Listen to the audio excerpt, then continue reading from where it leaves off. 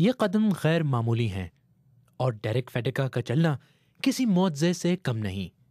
اس operation سے پہلے Dirac سینے سے نیچے مکمل طور پر مفلوج تھے، مگر اب جسم کے نچلے حصے میں احساس دوبارہ پیدا ہو رہا ہے۔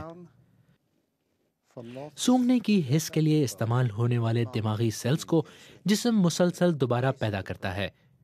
ڈیرک کی اسپائنل کارڈ کٹ جانے کے بعد اس کی بحالی کے لیے پولینڈ میں سائنسدانوں نے انہی دماغی سیلز کو استعمال کیا۔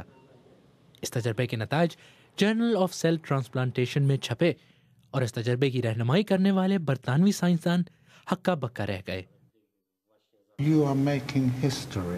آپ تاریخ بنا رہے ہیں۔ میں سمجھتا ہوں یہ ایک آدمی کے چاند پر چلنے سے زیادہ قابل ستائش ہے۔ ہم نے ایک نیا طریقہ متعارف کروایا ہے۔ اس کے مطابق نیورو فائبرز دوبارہ پیدا ہوں گے اور ان کی صلاحیتیں بحال ہوں گی، بشرطے کہ انہیں مناسب مدد دی جائے۔ میرے نزدیک یہ وہ لمحہ ہے جس کے بعد مفلوج جسم کی بحالی ممکن ہو سکے گی۔ یہ اہم ہے کہ ڈیرک کا طریقہ علاج دوسرے مریضوں پر بھی آزمایا جائے اور کنٹرولڈ کلینکل ٹرائلز کے ذریعے دکھایا جائے کہ مفلوج جسم کی بحالی ممکن ہے۔ اس تحقیق کے لیے ڈیوڈ نکولس نے 10 لاکھ پاؤنڈ سے زیادہ کی رقم جمع کی ہے۔